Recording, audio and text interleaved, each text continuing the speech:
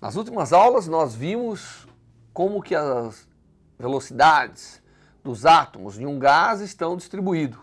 Chegamos à distribuição de Maxwell-Boltzmann, que mostra como que é a distribuição de velocidade, e isso permite inclusive obter a distribuição de energia, né? Como que a energia cinética das moléculas de um gás se distribuem. Até agora, nós assumimos simplesmente que os constituintes de um gás são pontos de massa. São partículas massivas, mas não é necessário que elas interajam entre si. A única coisa que é necessário é que, ao encontrarem a parede do recipiente, elas são capazes de trocar momento e, dessa forma, realizar uma força sobre a parede que dá origem à pressão do gás. Mas, na realidade, os átomos não são assim, eles não são pontos de massa, eles na verdade interagem entre si, tá certo? E esse é o tópico da aula de hoje. Nós vamos falar da interação entre os átomos. E essas interações nós podemos já antecipar que as interações entre os átomos acabam tendo consequência no comportamento macroscópico do gás. Então a chamada equação de estado, que é aquela que fala que a pressão vezes o volume é o número de partículas vezes kT, né? Então a equação P vezes V é igual a NKT, sofrerá alterações devido às interações. E essas interações, elas têm podemos olhar dois tipos. As chamadas de curto alcance, que são aquelas quando os átomos estão se aproximando muito, quando eles estão bem próximos.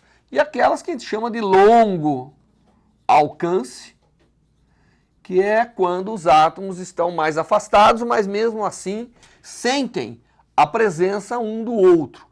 Se nós representássemos aqui como é o potencial de interação, né? A energia, o potencial de interação, cuja derivada dá a força, como função da distância entre dois átomos, se eu imaginar dois átomos que estão separados por uma distância r, não é? E eu chamasse aqui é o R0, que é uma distância mais ou menos equivalente ao tamanho desses átomos, né? Tá certo? Então eu teria uma curva que ela tem a seguinte característica. Ela é extremamente repulsiva quando os átomos estão bem próximos, tá certo? Que é a parte que impede os átomos de realmente passarem um pelos outros, que é o que nós chamamos da interação de curto alcance. É algo que se manifesta quando eles estão bem próximos. E como isso aqui sobe abruptamente, é quase imaginar que os átomos são como esferas, que a partir de uma certa distância eles se tornam impenetráveis. E tem uma outra aqui, essa se estica para distâncias muito maiores, que é a parte que nós chamamos de longo alcance. Então eu tenho praticamente um modelo simples, seria que os átomos se repelem quando estão bem próximos e se atraem levemente quando estão a longo alcance. Essa interação de longo alcance, ela às vezes recebe o nome de interação de Van der Waals, né? Nós não vamos entrar em grandes detalhes, mas nós queremos saber qual é a consequência disso nessa equação. Como isso, de fato, modifica as características macroscópicas desse sistema atômico, que no nosso caso é um modelo de gás. Muito bem, nós vamos começar imaginando que o átomo é uma esfera dura.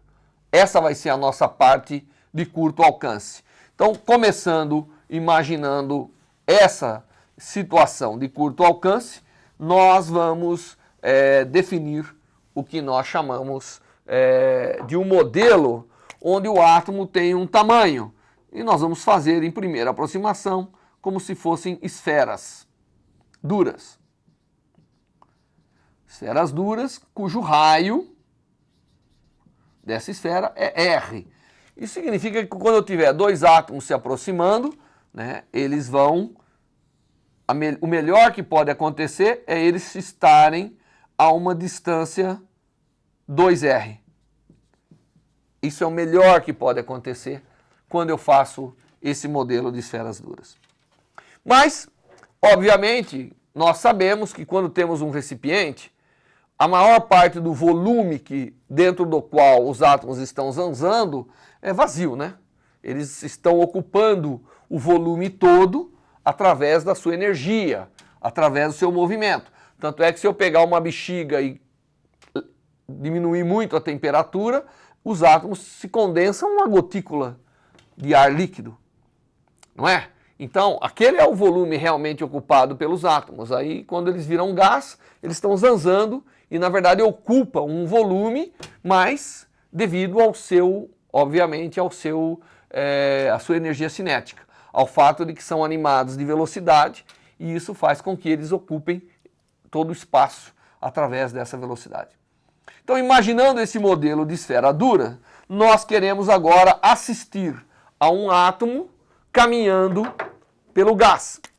Então, se eu tiver um átomo caminhando pelo gás e acompanhar a trajetória dele, eu vejo que ele vem, de repente ele sofre uma interação. Aqui ele encontrou outro átomo, sofreu uma interação, inverteu o seu movimento, então ele vinha vindo aqui, veio para cá, chegou aqui, ele encontrou outro átomo, inverteu de novo o seu movimento e assim por diante.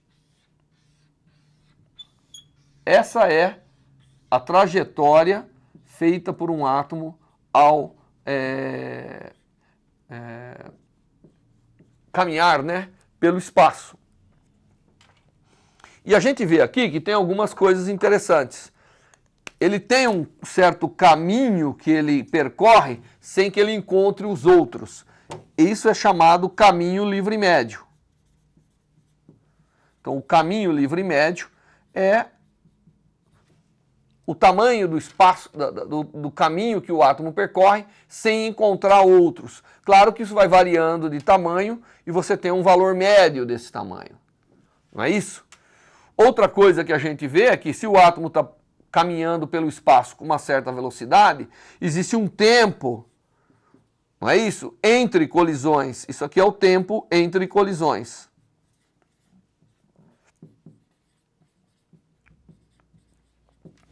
Para de fato ele perceber que existem outros átomos no meio para alterar o seu comportamento, demora em média esse tempo.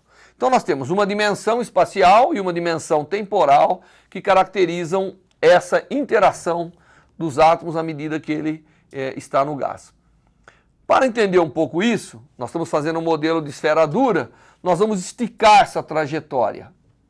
Eu vou, ao invés de olhar de fora o que está acontecendo, eu vou olhar do ponto de vista do átomo. Eu vou imaginar agora uma situação onde eu tenho aqui no espaço um determinado número de átomos no espaço. Eu tenho um determinado número de átomos por unidade de volume, que é o que eu vou chamar densidade. Então eu tenho uma densidade de átomos, tá certo? E vou pegar um átomo que eu sei que tem um tamanho, que eu chamei de raio R0, ou R, desculpa, e vou vou esticar a trajetória desse átomo e vou perguntar, percorrendo esse caminho, né, que encontros o átomo teve. Então veja bem, esse átomo está fazendo um zigue-zague medonho lá no gás, mas eu estiquei a trajetória dele. Estou olhando o que ele enxerga. Ele está andando e à medida que ele vai encontrando átomos, ele vai se desviando, mas ele continua andando. Então é isso que a gente quer fazer. O que vai acontecer é que esse átomo vai encontrar outros. Todos os átomos cujo centro de massa, por exemplo, se tivesse um outro átomo aqui, ou um outro átomo aqui, ou um outro átomo aqui, e assim por diante, eles vão colidir com esse átomo. Então, toda vez que nessa trajetória eu tiver um átomo que está a uma distância inferior do que 2R da trajetória, ele vai colidir com o meu átomo original. Tá certo? Então, esse átomo caminhando aqui com velocidade v, ele vai colidir com todos aqueles cujo centro de massa estejam a uma distância 2r dessa trajetória que ele está traçando. Tá entendendo? Na verdade, cada vez que ele encontra um desse, ele está desviando. Mas nós esticamos tudo isso, tá certo? Aí eu pergunto, quantos átomos ele encontrou ao caminhar? Vamos selecionar um determinado tempo, ΔT. E vamos olhar então quando ele percorre um caminho cujo centro de massa dele vale V∆T. Esse V∆T, durante esse percurso, ele vai encontrar vários átomos. E ele vai colidir com todos aqueles que estejam dentro de um cilindro de área π vezes 2r ao quadrado, tá certo? E comprimento, aresta V∆T. Isso forma um cilindro. Todos os átomos cujo centro de massa estiverem dentro deste cilindro colidirão com o meu átomo principal. Então isso determina um volume, que é o chamado volume de interação aqui. O volume será V∆T vezes π 2r ao quadrado. Esse é o volume. Tá certo? E o átomo vai se encontrar com todos os átomos que estiverem dentro desse volume. Se eu tenho uma densidade n, o número de átomos que esse átomo específico vai encontrar é o volume vezes a densidade. Isso será o número de colisões, porque ele vai encontrar com, tá certo? Com todos esses átomos, ele vai acabar se encontrando, porque são os átomos que estão dentro desse cilindro de interação. Então esse é o número de colisões que ele vai realizar em ΔT. Portanto, eu posso voltar aqui em cima agora e dizer que o número de colisões por unidade de tempo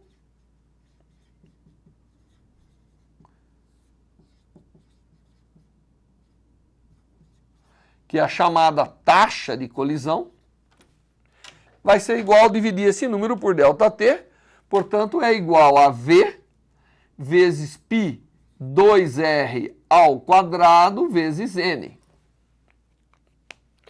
Tá certo? Esse π 2r ao quadrado é o que o que representa esse número? Esse número representa um disco. Se eu tivesse que olhar o átomo e transformar todos os outros em pontos, eu veria que o meu átomo é equivalente a um disco cujo raio é 2r, não é isso? E cuja área é π vezes 2r ao quadrado. Então isso aqui nós chamamos de seção de choque de colisão, que é 4πr ao quadrado. Isso é o disco efetivo de interação de um átomo com todos os outros. Todos os átomos, se eles forem considerados pontuais, todos aqueles que passarem, à medida que o átomo caminha, todos que estiverem interagindo com esse disco, são aqueles que promoverão a colisão desse átomo com os outros. Então eu tenho aqui a taxa de colisão, que é a quantidade de colisão por unidade de tempo. Eu posso inverter isso. Então a taxa de colisões é exatamente V vezes sigma, que é a seção de choque, vezes a densidade de átomos. Essa é a taxa.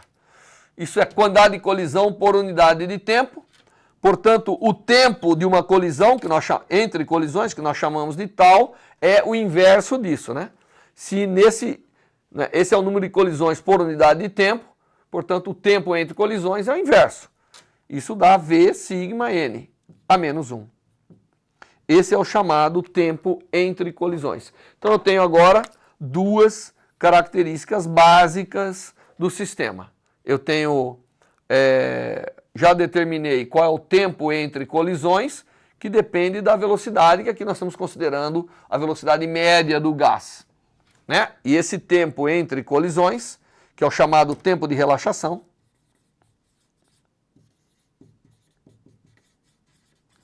é dado por essa expressão. Qual é o caminho livre que ele percorre entre colisões? Basta pegar isso e multiplicar pela velocidade. Portanto, o caminho livre médio, que é o L, é igual a tal vezes a velocidade, que é igual a 1 sobre V sigma N vezes a velocidade. Portanto, o caminho livre médio é 1 sobre a seção de choque vezes a densidade. Esse é o caminho livre médio do átomo, que é a dimensão média, o tamanho espacial médio entre as colisões. Esse é o caminho médio que o átomo tem que percorrer para descobrir que tem outro átomo e que ele vai interagir. Essas duas grandezas são extremamente importantes porque elas caracterizam, né, essa interação, imaginando que o átomo é como se fosse esfera dura dentro do gás. Os constituintes do gás agora se comportam como essa esfera dura. Muito bem.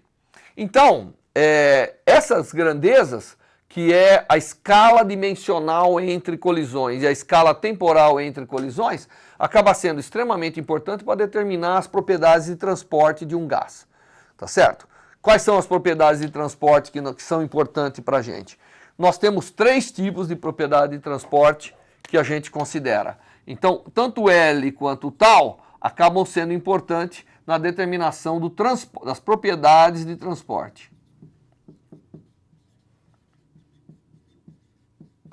E essas propriedades é a capacidade em transferir momento. Então, nós temos transferência de momento. Transferência de momento é a característica da viscosidade do gás. O fato de que, se eu deslocar uma porção do gás, ela transfere momento para as camadas subsequentes. É por isso que o carro passando arrasta quem está do lado, porque transfere momento para os objetos que estão lá perto. E isso é caracterizado por uma propriedade do gás chamada viscosidade. Outra característica de transporte importante é a transferência de energia. Não é? Então, se eu aqueço as partículas do gás num ponto, elas vão, através de colisão, transferindo energia para as demais. É por isso que, se eu fizer uma fogueira aqui no canto da sala, daqui a pouco você começa a sentir calor no fundo da sala. Porque eu vou aquecendo as moléculas que estão aqui próximas, elas vão transferindo. E para transferir essa energia, depende de quanto ela tem que caminhar para perceber que as outras estão lá, porque ela vai transferir energia através de colisão, da mesma maneira que ela vai transferir momento através de colisão. Certo? Então acaba dependendo dessas grandezas. E finalmente tem a transferência de massa, ou transporte de massa. E isso é a chamada difusão.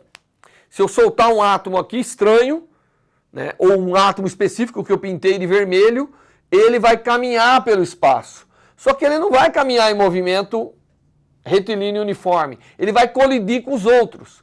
Então, se eu pegar aqui e abrir um frasco de perfume, as moléculas de perfume começam a colidir com as moléculas do ar e vão vagarosamente penetrando pelo espaço. E isso, essa característica chama-se difusão. Isso vai depender da capacidade espacial e temporal dessas moléculas irem penetrando, colidindo para chegar do outro lado. Então, essas grandezas, que é o caminho livre médio e o tempo médio entre colisões, acaba determinando as chamadas propriedades de transporte dos gases. E os gases, obviamente, têm essas propriedades de transporte, e um gás ideal, que são pontos de massa, não teriam, né? Porque eles não teriam um caminho livre médio infinito.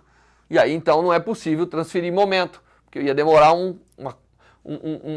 um espaço infinito, né? Ou um tempo infinito para se transportar. Muito bem. Então, o fato do átomo já ter uma interação de curto alcance leva a isso. Mas o átomo também tem uma interação de longo alcance. E agora nós queremos pegar essas duas interações e tentar verificar como que nós vamos corrigir a equação de estado. Então eu vou imaginar um átomo, uma parede do meu recipiente. Eu tenho átomos aqui. Tá certo? Esse aqui é parte do meu recipiente. Eu sei que PV é igual a NKT, onde K é a constante de Boltzmann, em primeira aproximação. Aí eu vou pegar e vou começar a comprimir esse gás. O que acontece? Pelo fato de eles terem uma interação de curto alcance, que eu disse que é mais ou menos nós podemos enxergar como torná-los impenetráveis, até onde eu vou? Quando eu chegar numa pressão infinita, qual é o volume ocupado pelo gás? Aqui diz o seguinte, que a pressão infinita, o volume é zero, de tal maneira que eu continuo com NKT. Estou fazendo uma compressão isotérmica, mantendo a temperatura constante. Mas eu sei que o volume não vai ser infinito. Se eu comprimir esse sistema, vai chegar ao ponto onde esses átomos estão todos tocando um no outro, e é o melhor que eu posso fazer. Então, quando a pressão for para o infinito, os átomos vão estar tocando na sua distância mínima. Isso significa que o volume não vai ser zero. Vai ser o volume, que é o volume quando todos os átomos estão se tocando. Então essa equação tem que ser corrigida. O volume não vai a zero, o volume vai a um certo valor B. Então eu tenho que corrigir essa equação. Então as interações de curto alcance faz com que eu tenha que corrigir a equação escrevendo, obviamente, V menos B igual a NKT. Por quê? Quando a pressão for muito grande, que eu estou tentando empurrar todos os átomos um contra os outros, o volume só vai poder ir a B. Então quem vai a zero não é o volume, é o V menos B vai a zero, o que significa que V vai a B.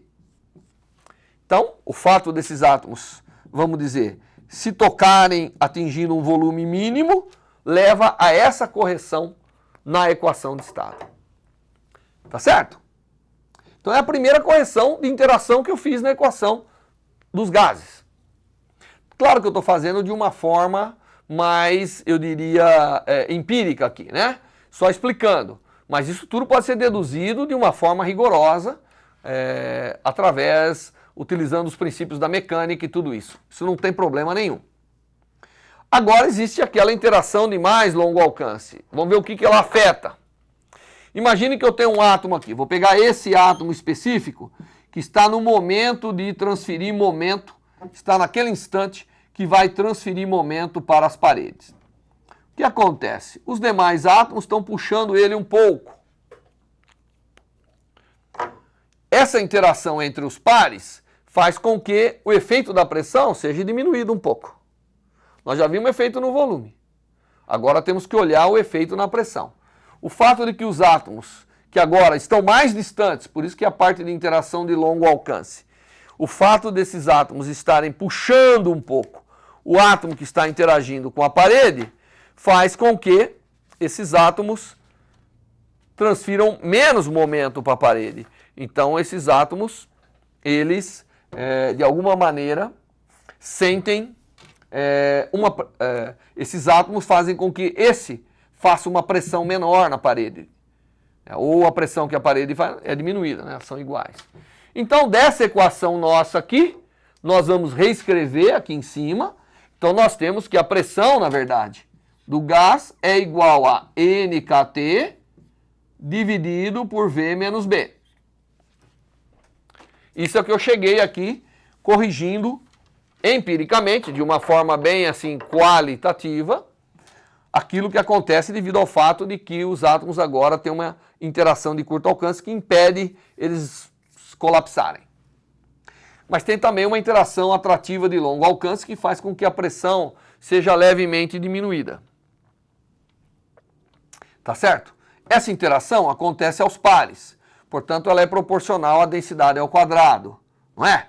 Esse interage com esse, interage aos pares. A quantidade de interação que eu vou ter, ela é dependente da densidade ao quadrado. E a densidade ao quadrado vai com o volume ao quadrado. 1 sobre o volume ao quadrado. Portanto, a presença de um tipo de interação, que nós não estamos quantificando exatamente, faz com que a pressão aqui seja subtraída de um termo que deve depender de 1 sobre volume ao quadrado.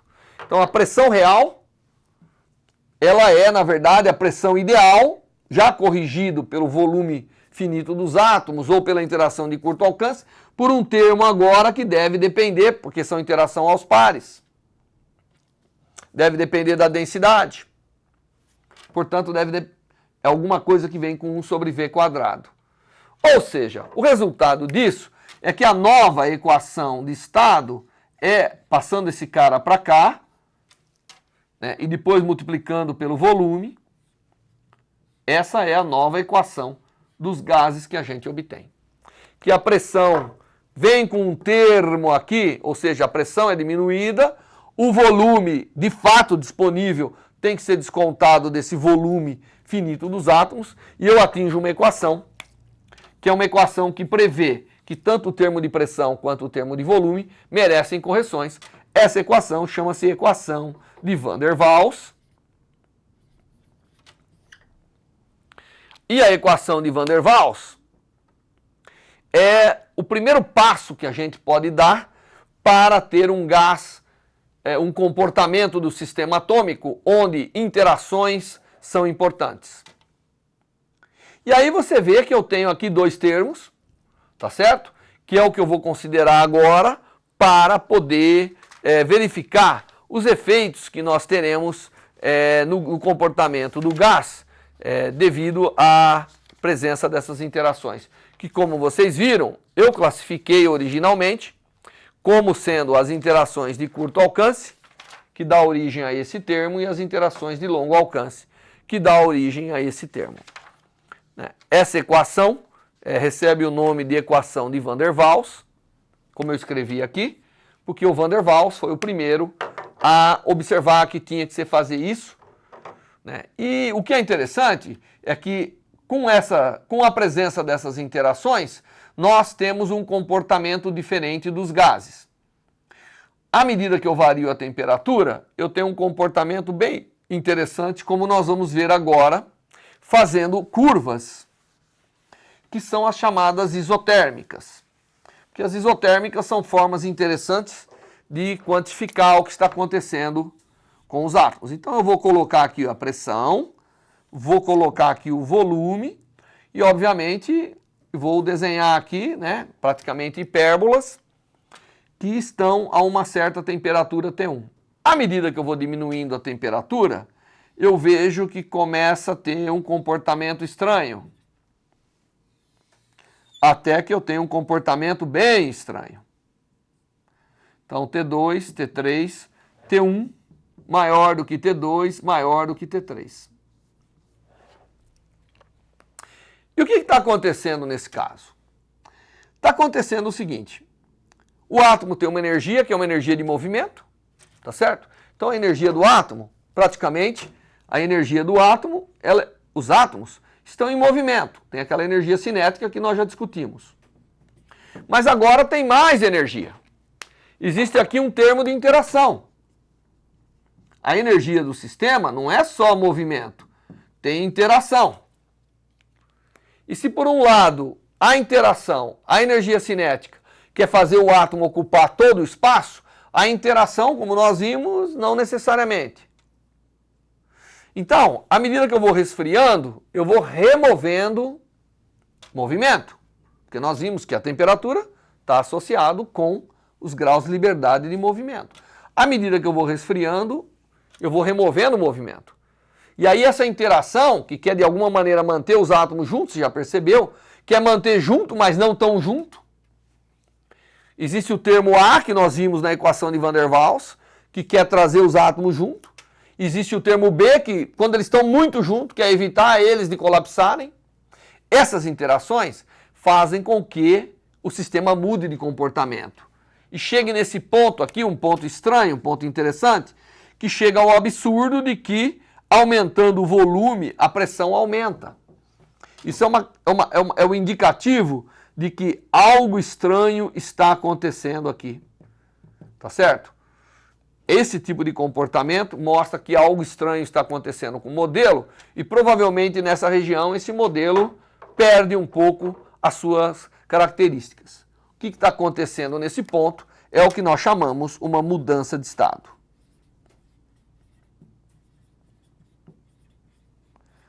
Se não existisse interação, eu nunca ia ver isso. Pressão, volume para um gás sem interação são sempre hipérbolas.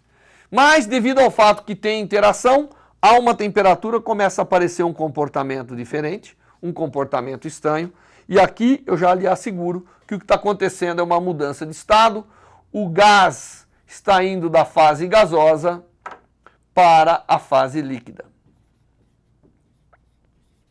Então isso é o que nós chamamos de uma mudança de estado, tá certo? E isso, para que aconteça a mudança de estado, é essencial a presença das interações. E o que está acontecendo? À medida que eu abaixo a temperatura, eu removo o movimento, removo a parte cinética da energia, de tal maneira que agora a interação começa a dominar. Vai chegar num ponto que ela domina tanto que o sistema perde a liberdade de movimento. Então os átomos começam a se movimentar pouco ao redor das suas posições. Isso é um líquido. E se eu resfriar mais ainda, vai chegar uma hora que ele perde totalmente o poder de movimentação ao redor da sua posição e eu crio um sólido. Então se eu resfriasse mais ainda, né, eu seria capaz de verificar que depois ele vai para um sólido. Sólido é aquele onde a posição das partículas no espaço, ele não pode caminhar por todo... No líquido, o átomo ainda tem um pouco de movimento, capaz de navegar por todo o espaço disponível. No sólido, não, ele fica parado ao redor da sua posição. Então a interação é tão forte que o movimento não consegue.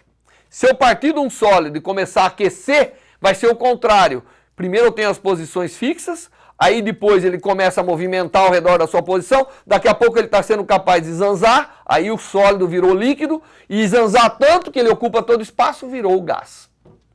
Então, as mudanças de estado é uma evolução do modelo do gás quando eu adiciono interação. Então, para haver mudança de estado, é essencial a existência das interações. Tá certo? E a equação que melhor representa essas interações é a equação de Van der Waals. Vou repetir a equação de Van der Waals aqui, que diz que a pressão vem agora com um termo proporcional ao volume, 1 sobre o volume ao quadrado, o volume vem com esse termo, e isso sim é igual a NKT. Essa equação que mais se aproxima de um gás real. Agora nós estamos lidando de um gás real. Até então, nós tínhamos o chamado gás ideal. Então, as interações entre os átomos, e é importante a gente saber que você tem dois tipos de interação. Existe uma interação de curto alcance, que é essa aqui, e existe uma interação de longo alcance, que é essa aqui. E é o balanço dessas. Essa que é trazer os átomos junto. Essa se manifesta quando eles estão bem juntos, querendo evitar que eles, de fato, se aglomerem, se colapsem mais.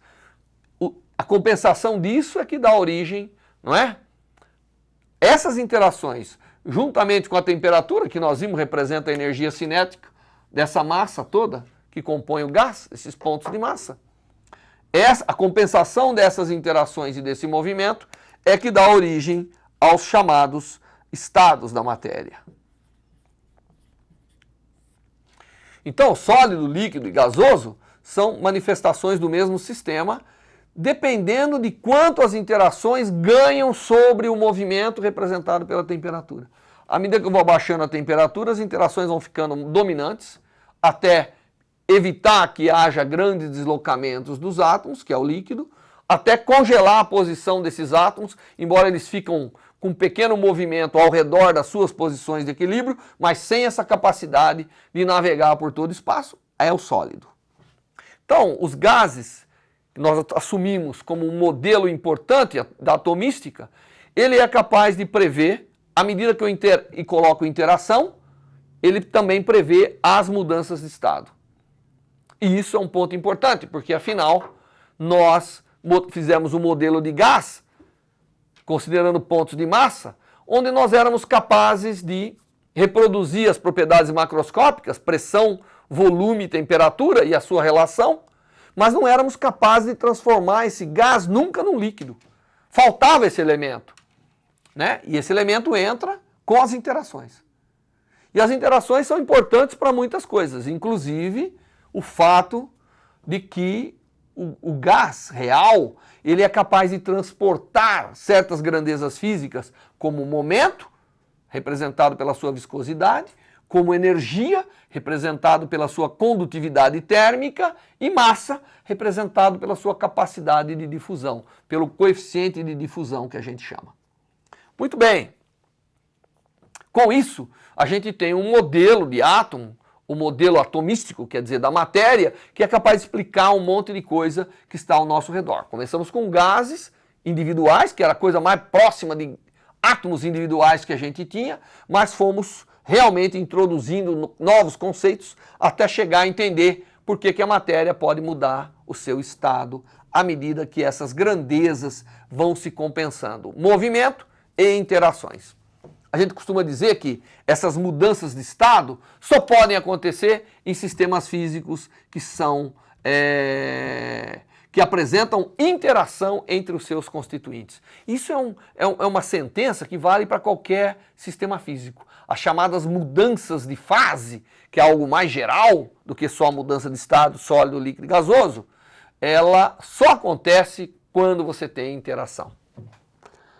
A gente desenvolve a física criando conceitos que possam explicar isso de outra forma. A termodinâmica é importante porque ela cria o conceito de energia livre, que nada mais é do que uma compensação entre as interações, que nós chamamos de entalpia na termodinâmica, e a entropia, que é esse grau de bagunça, que sempre aparece multiplicado pela temperatura. Então a gente diz que a compensação entre o termo de entropia e o termo de entalpia leva a diferentes valores da energia livre, levando a diferentes possibilidades do sistema físico existir, que são os estados com que a matéria atômica aí pode se apresentar. Muito bem, essa equação foi deduzida de uma forma bem empírica, mas é possível você fazer uma dedução séria. Então, se você imaginar um potencial entre os átomos, você pode usar as leis da mecânica, da mesma forma que a gente usou para deduzir, calcular a pressão e a sua relação com temperatura e volume, você pode agora construir essa equação como um todo e se certificar que esse termo que aparece na equação de Van der Waals, que é o chamado termo do coeficiente A de Van der Waals, advém dessa interação dos átomos a longo alcance, enquanto o B advém da interação de curto alcance, que é esse fato que impede os átomos de colapsarem uns sobre os outros. Bem, com isso, nós terminamos um pouco essa parte dos gases, que foi uma introdução para nós à estrutura da matéria, o fato de que a matéria é composta de átomos, né? Primeiro explicamos o macroscópico, depois agora até a mudança de estado, e com isso nós estamos preparados para dar um passo além agora, que é ver como que esses átomos podem ser vistos, né? Como que a matéria interage com a luz, que será o tópico das nossas próximas aulas. Até lá!